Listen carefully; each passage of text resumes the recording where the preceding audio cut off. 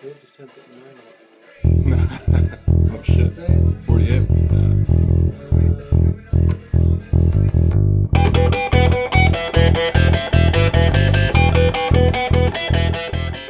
This is Brewhouse build day number 18.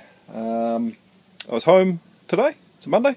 I took a bit of time off work because the Sparky came around and we got the brewhouse wired up.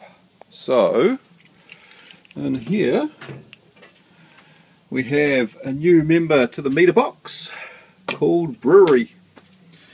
So we've got an RCD in there just to look after the power going to the brewery.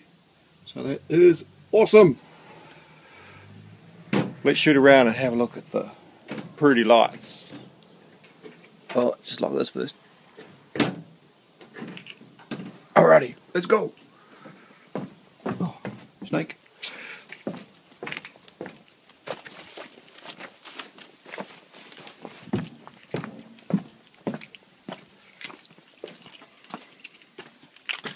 Oh, a bit messy around here. Oh well, never mind.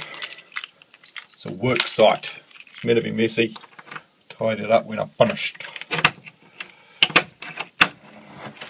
Got a lock.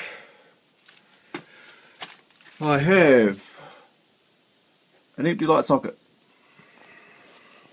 Shit. I'll go get some light bulbs. Look at that. Magic. The magic of videography. I managed to make a light bulb appear. God, bloody camera's shaking. I'm taking all this on my phone because my video camera, I dropped it and it's still getting fixed. Damn it.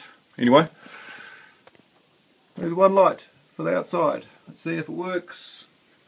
Dun, dun, dun, dun. Yay! There's one. Now we're going to see it night time when it comes around. And inside, there's another one. Light on, light off. Cool. But the biggest of them all is that we've got the cabinet wired up. Let's quickly have a look inside its guts before we make the pretty lights in here. We have in here, let's see if I can hold this steady. Can't really hold very steady though. We have in here a 10 amp breaker. We have a 32 amp breaker that takes the main power in and feeds to the shunt so that I can monitor the amperage of all my elements. And then coming back out of the shunt, it's split into two 16 amp circuit breakers, and one circuit breaker feeds the kettles number 1 and number 2 element. They're the mechanical relays. Up there are the solid state relays, so the mechanical relays turn the power on to the solid state relays. And the second 16 amp breaker powers the heat exchanger and the HLT, and they have their own solid state relays as well.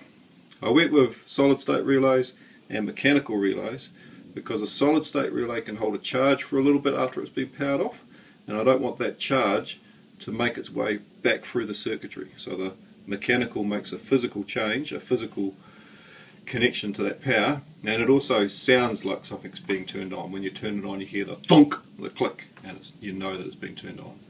Same thing with the primary relay up there. When you turn on the power, thunk, you hear it turn on, and you know that it's on. Righty, shut this off, power it up. Got a breaker here so that we can turn off all the power. And a key lock with 2 ignition steps. The first one is test phase, and it goes through to ensure that all the lights are on, apart from these two, because I haven't hooked these two up yet. These are my water level indicators. But all the other lights come on to ensure that everything is in its off position before you turn it on. I haven't got any temperature probes hooked up to my PIDs yet, and hence that's why they're displaying that error, but that's all good. There's their connections there. I'll get all wired up pretty soon.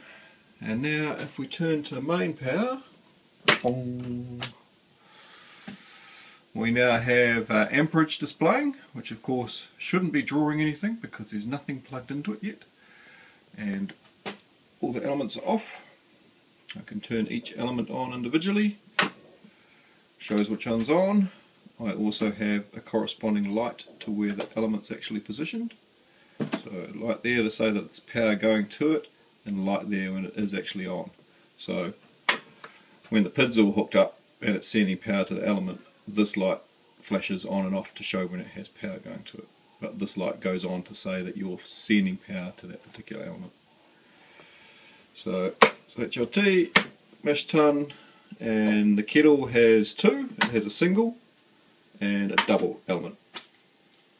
And also, there is a big button there which kills the power. There you go, you saw the amperage disappear.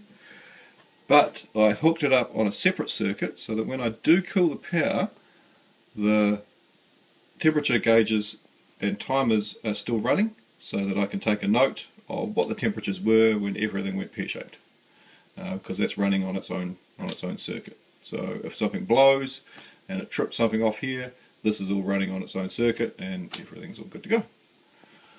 So anyway, take that back off, everything powers back up again. Cool, look at that, minus 1 amp, minus 0.1 of an amp. That's pretty clever. Right, and off. I didn't bother about putting a voltmeter in it. It's 230 volts all the time. Who cares? I know how much power it's sucking. Turn it off at the wall. Take the keys out. Put them at the child safety level. Alrighty. That is the electrical stuff wired up. That's a big relief because now I can start to connect up all my kettles and bits and pieces. I've got some light in here at night time so I can actually see what's happening. I can finish doing the rest of my jib board. I can start moving things in. I've got my Code of Compliance certificate for my electrical work all signed off. Still waiting on my plumber to get my plumber around to run my waste into the gully trap so I can get my sign off on that. Got some kettles that I need to get tweaked. I'm changing the way that the elements are configured, so I'm shooting them up to Banks Brew and Hardware one day this week, just to get the elements taken out and put into triclover housing, so that all of the elements are in a triclover housing. I can take them all out easily. What else?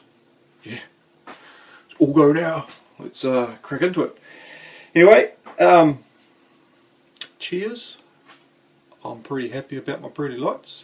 Now I can start to wire things up and start to do a lot more. Good stuff. Alrighty, until next time. Have another one.